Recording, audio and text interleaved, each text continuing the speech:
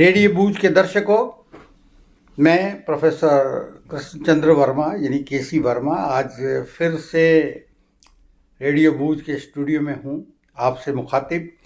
और आज का मैं जो टॉपिक ले रहा हूँ बड़ा ही इंटरेस्टिंग और बड़ा ही महत्वपूर्ण विषय है। उसका हेडिंग रखता हूँ मैं फास्टिंग फॉर हेल्थ, यानी स्वास्थ्य के लिए व्रत। आप सभी जानते हैं हमारी सभ्यता में, हमारे धर्म में व्रत का कितना महत्व है। हमारे तीज त्यौहार पर हमारे वर्ष में कई ऐसे आते हैं ओकेजन, जिसको कि जैसे दुर्गा पूजा, नवरात्रि, शिवरात्रि, जन्माष्टमी, इन सब पर हमारे धर्म में व्रत का प्रावधान है। और हमारे ऋषि मुनियों ने इसको धर्म से जोड़ दिया व्रत को, क्योंकि वो समझते थे कि लोग ऐसे नहीं मानेंगे। धर्म का आसरा देकर, धर्म का प्रलोभन देकर इस व्रत को सिस्टम में डालने का उन्होंने प्रयत्न किया और बहुत सालों तक ये सिस्टम चला। लेकिन आज के आधुनिक युग में धर्म से विश्वास उठ गया और लोगों ने व्रत को सही दृष्टि से ना करके उसको अपने हिसाब से करने लगे, तो व्रत का फल मिलना बंद हो गया। जैसे कि व्रत करते हैं, सुबह से कुछ नहीं खाएंगे, और कईयों ने तो ऐसा भ्रम पाल लिया कि चाय तो पी ही सकते हैं। They took liberty to change the complete way of doing vrat, complete way of going for fasting. फिर दिन में जूस तो पी ही सकते हैं। फिर जब शाम का समय आ गया तो फिर सारे दिन की कमी को कैसे पूरा करते हैं? मीठा खाएंगे, दही खाएंगे, फाफर की रोटी खाएंगे, और उससे ज़्यादा खा जाते हैं जितना कि उन्होंने पूरे दिन में परित्याग किया था। तो उसके लाभ मिलने बंद हो ही जाएंगे और हो ही गए। लेकिन चलो, आज धर्म से विश्वास हटा तो विज्ञान ने उसकी जगह ली। विज्ञान आज सारे एस्पेक्ट की व्रत के दौरान हमारे शरीर में क्या क्या परिवर्तन आते हैं इसकी व्याख्या करता है। हमारे देश में तो यहाँ है, विवाह योग्य युवतियों को ऐसा कहा गया था कि अगर आप व्रत करेंगे तो आपको बहुत अच्छा वर मिलेगा, बहुत अच्छे जो है आपको उपलब्धि होने वाली है। लेकिन उससे अच्छा वर मिले ना मिले मैं इस पर कमेंट नहीं करता, लेकिन उनको अच्छा स्वास्थ्य जरूर मिल जाता था। और मैं आज उसी की बात लेके चर्चा करूंगा कि व्रत से हमें क्या लाभ होते हैं और व्रत हमें क्यों करना चाहिए। अब विज्ञान की दृष्टि से आए, हालांकि सभी धर्मों में इसका प्रोविजन है। मुस्लिम धर्म में, इस्लाम में रोज़ा रखते हैं, वो 30 दिन का रोज़ा होता है, नहीं खाते कोई। लेकिन वहाँ भी सीमाएं टूट गई और उन्होंने व्रत को अपने हिसाब से करना चालू किया। लेकिन आज विज्ञान ने फिर से व्रत की सीमाएं और व्रत के रूल रेगुलेशंस जो हैं वो स्थापित किए हैं।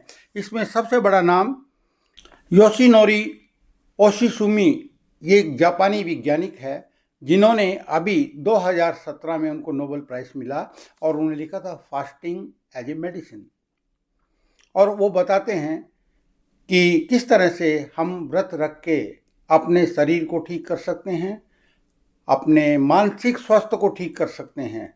और इसी वजह से उनको इस प्रकार से नोबेल प्राइज़ मिला कि हम दवाओं पर निर्भर न रह के प्राकृतिक तौर पर अपने स्वास्थ्य को कैसे ठीक रखें। अब ऑटोफेजी, थोड़ा सा ऑटोफेजी के बारे में बता देता हूँ, ये क्या है। ये भी एक प्रकार से लंबा व्रत है। ऑटोफेजी क्या कहते हैं कि वो बताते हैं कि अगर हमारी बॉडी बायोफ्यूल है। बायोफ्यूल मतलब जैसे आपकी गाड़ी है, वो गैसोलीन से भी चल सकती है, पेट्रोल से भी चल सकती है, कोई सा भी फ्यूल आप यूज कर सकते हैं। इसी तरह हमारी बॉडी भी डबल यानी कि फ्यूल पर निर्भर है। पहला, हमें एनर्जी मिलती है बॉडी को थ्रू कार्बोहाइड्रेट्स। कार्बोहाइड्रेट जब खाते हैं शरीर में पचता है, ग्लूकोज बनता है, और उस ग्लूकोज को under the presence of insulin हमारे सेल में चला जाता है और वहाँ से एनर्जी जनरेट होती है। और हमारी बॉडी से हम जितने भी सारे फंक्शन हैं, सोचने के, करने के, चलने के, फिरने के, बात करने के, इतने सारे फंक्शन हम परफॉर्म करते हैं। और अगर ये चार्ज रहे, जैसे आपका फ़ोन अगर फुली चार्ज है तो ये अच्छी इसकी फंक्शनिंग होगी, और अगर इसके अंदर चार्ज कम होता चला गया तो फंक्शनिंग भी कमज़ोर होती चली जाती है, और अगर चार्ज नहीं है तो फंक्शनिंग भी बंद हो जाएगी। इसी तरह से हमारी दूसरा बायोफ्यूल है, वो है कीटोजेनेसिस, यानी कि कार्बोहाइड्रेट्स की बजाय हम आते हैं प्रोटीन पर। जब बॉडी को कार्बोहाइड्रेट से एनर्जी ना मिले, ये ज़रा थोड़ा सा आसान तरीका है, बॉडी को भी आसान तरीका पसंद है, तो बॉडी को अगर कार्बोहाइड्रेट्स नहीं देंगे तो बॉडी क्या करेगी, जो प्रोटीन है उसको ब्रेक डाउन किया जाएगा और वो कीटोजेनिक डाइट बन जाएगी, और कीटोसिस जो है that is A final energy for the body. इसको माइंड भी बहुत अच्छा चाहता है, लाइक करता है, और माइंड के डिसऑर्डर सारे कीटोजेनिक एनर्जी से क्योर भी हो जाते हैं और माइंड स्टेबल भी हो जाता है। When you go for fasting, आप इसका परिणाम देखें, स्वयं को वॉच करें फास्टिंग करते समय। अगर आपने 24 घंटे व्रत रखा है, 24 आवर अगर आपने व्रत रखा है, तो आप 24 आवर के बाद, लेकिन शर्त ये है कि उस 24 घंटे में आप केवल पानी पर ही रहेंगे। लेमन वाटर भी ले सकते हैं या थोड़ा सॉल्टी लेमन वाटर ले सकते हैं, इसके अलावा कुछ भी नहीं लेना है, एंड आपको बहुत बढ़िया तो नींद आएगी, और नेक्स्ट डे आपका माइंड फ्रेश हो जाएगा। फोगी माइंड जो होता है, आपका माइंड क्लीन हो जाएगा, क्लियर हो जाएगा, क्लियर कट डिसीजन आप लेने लगेंगे। इसी श्रृंखला को आगे बढ़ाते हुए ये वैज्ञानिक जो जापान के थे, उन्होंने बताया है कि किस तरह से शरीर में चेंजेस आते रहते हैं।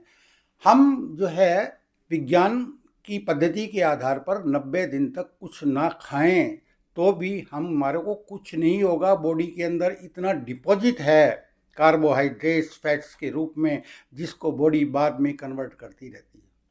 और जब आप नहीं खाएंगे तो बॉडी यानी हमारा शरीर उस सब एनर्जी को ढूंढता है जो वेस्ट पड़ी हुई है शरीर में, और वो वेस्ट जो है वो सेल्यूलर लेवल तक की वेस्ट को एनर्जी में कन्वर्ट करके बॉडी को जिंदा रखने का प्रयत्न करता है।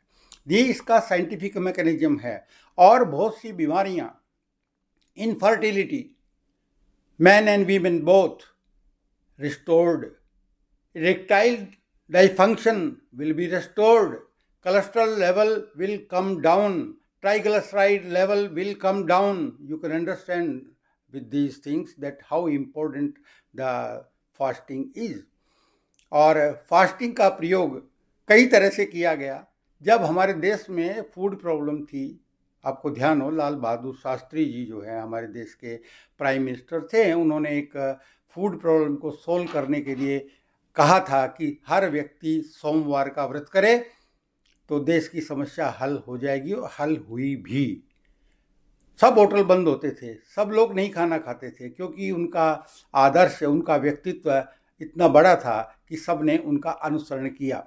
आज क्या हो गया कि देश के अंदर इतनी सारी भोजन है, खूब भोजन है, लोग दबा के सुबह से रात तक खाते हैं। उनको तो मौका चाहिए कि किस समय क्या खाएं।